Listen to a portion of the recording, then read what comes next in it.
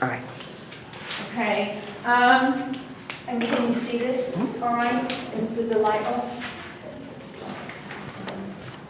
Okay, so Wednesday we were talking about ATP, adenosine triphosphate, all right, and I just wanted to show you how this works, because then when we look at the first energy system, it's going to tie to this idea, okay?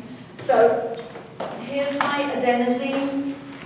I have an energy bond to phosphate 1, an energy bond to phosphate 2, and then the energy bond, the special one, to phosphate 3. So humans have evolved to only be able to use that third energy bond. All right, that's why ADP doesn't provide energy for muscle contraction. Even though it has energy bonds within it, we can't access them for muscle contraction. All right, so the only one we get to access is this third one, which is why ATP is called the energy molecule. All right, so when we break this down, we get adenosine diphosphate, a free-floating inorganic phosphate. We release hydrogen, which is problematic because it's acidic, and we release energy. And that energy then we can use for muscle contraction.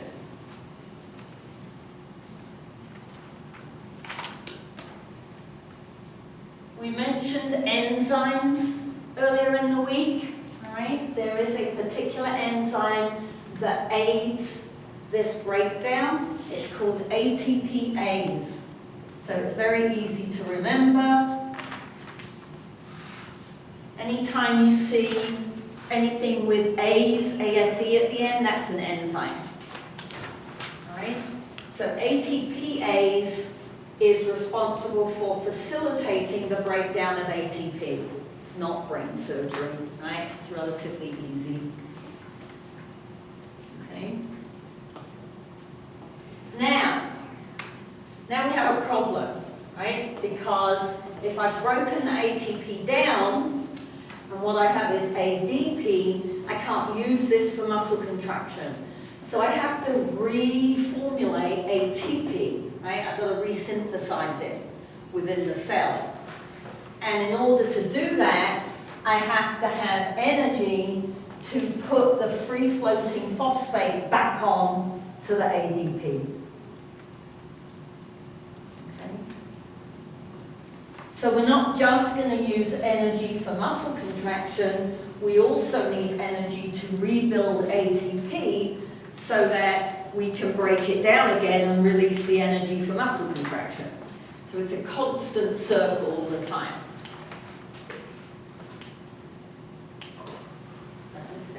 Anybody got questions on that idea?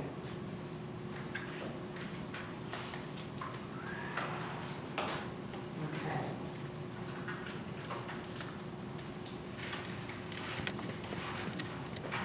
So, remember that I mentioned that aerobic metabolism means that I am breaking down foodstuffs with the aid of oxygen to make ATP. Right? Anaerobic metabolism is I'm breaking down substances without the use of oxygen to make ATP. All right? So the first two systems that we're going to look at are anaerobic. Okay? They occur within a very short period of time before we can get enough oxygen to the muscle cell. Right? So they have to produce ATP anaerobically. Right?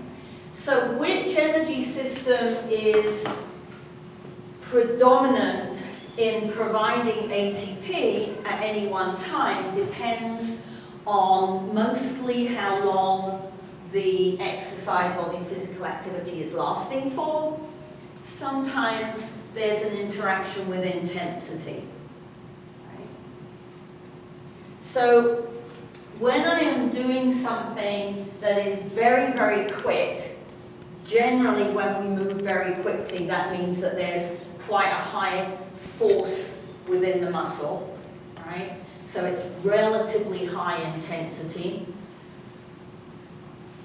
Then I'm going to not use oxygen, right? So as we said, if I have to get up, if the fire alarm goes off and we have to get up and get out of the building, that doesn't use oxygen, okay?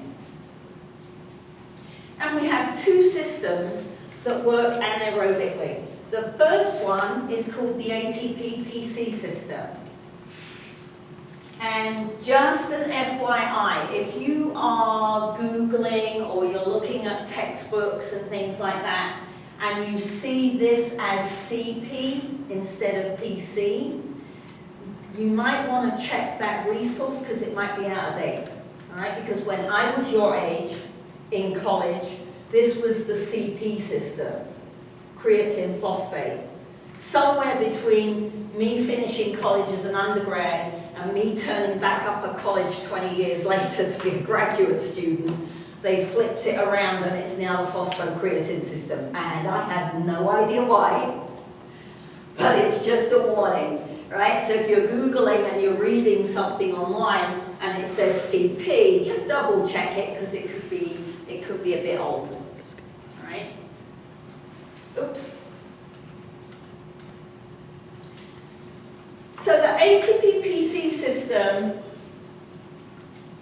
is predominant during the first, depending on which resource you look at, somewhere between 20 to 30 seconds. Okay? So we're gonna meet halfway and say 25 seconds. Right? So at 25 seconds, 30 seconds, if I'm not ready to stop moving, right? So if I'm only halfway across the road and there's a milk truck coming, I kind of want to keep moving, right? So what happens then, okay? Then system number 2, which is also anaerobic, is predominant from around 25-30 seconds until around 2.5 to 3 minutes. All right?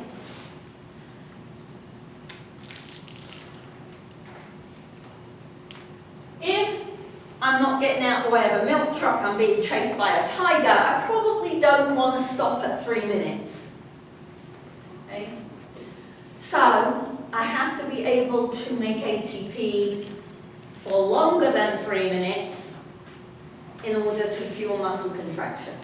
All right? And at 3 minutes, that's when we switch over to aerobic metabolism, because 3 minutes is enough time to have managed to get oxygen down to the muscle cell. Okay? So the next chapter, we will look at aerobic metabolism. Okay? So today and Monday, we're going to concentrate on this anaerobic idea.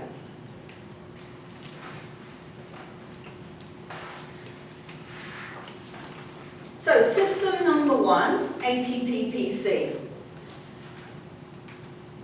So if I need a lot of energy within a very short period of time, I'm going to use ATP-PC.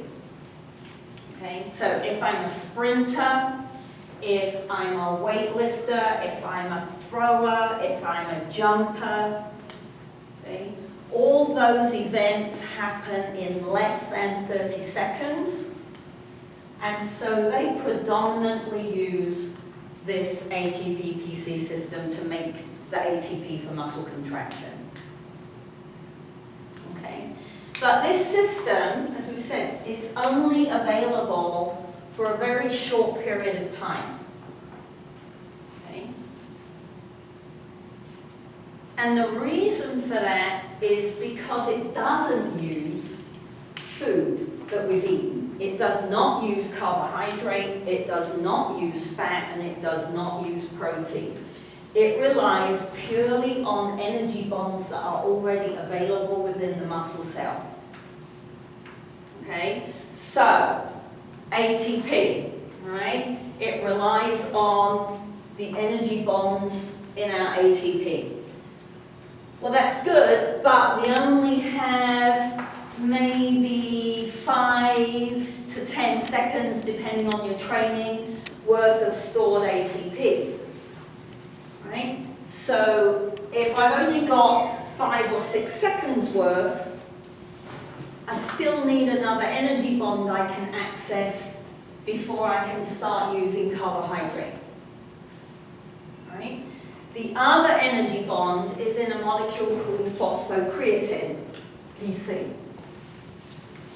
which is also floating around in the muscle cell. Right? So I don't have to use food. I've got ATP and phosphocreatine floating around.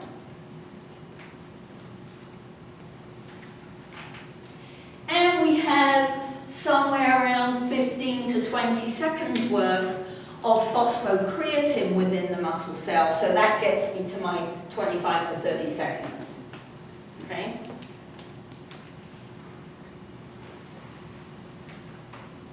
So,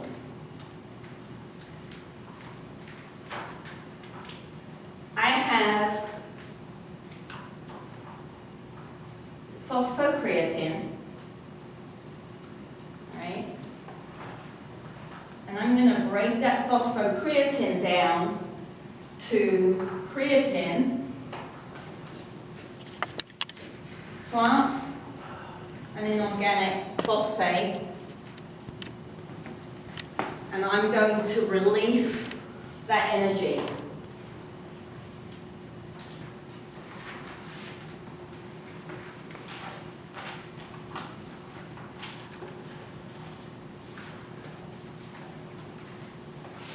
Okay? Then, this is where it gets a bit silly. So this is one of the few times that I have to think the human body did not develop in the most efficient manner, right? Because instead of using this energy for muscle contraction, oh no, that would be too simple, right? No. We use this energy to rebuild ATP so that we can break ATP down and release this energy so that we can use this energy for muscle contraction. It's a little bit arse backwards, really, and truly. I mean, it would have been so much easier if we just evolved to use this, but we didn't. So that's the way it goes. On the whole, we're pretty efficient, right? So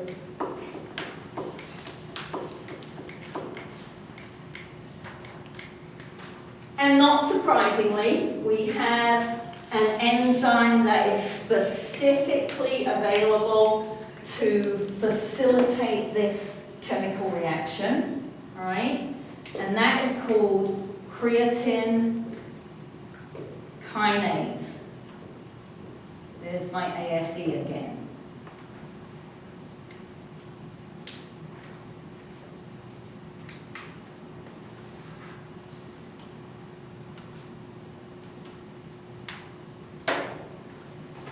And of course, at some point, because I have a finite store of these, at some point I'm going to have to rebuild the phosphocreatine, and that will require energy to stick the inorganic phosphate back onto the creatine.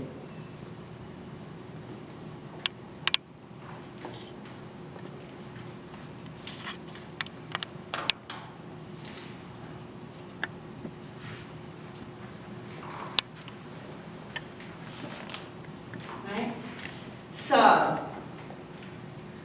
depending on the individual, depending on the type of training they do, if they're an athlete, right, I have somewhere around 5 to 10 seconds worth of this, and I have somewhere around 15 to 20 seconds worth of phosphocreatine, and that makes my